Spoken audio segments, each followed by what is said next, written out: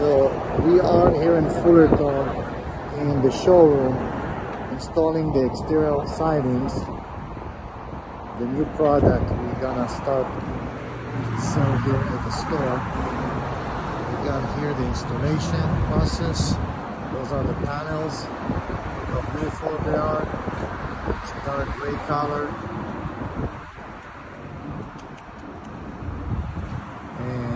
We have Jesse here that's installing the product. Jesse, give us a quick explanation.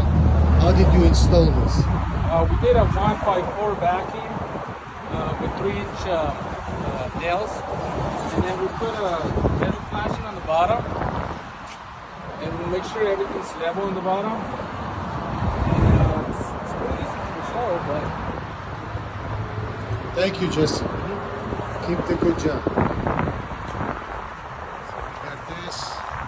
It's going to get installed. It's an exterior product.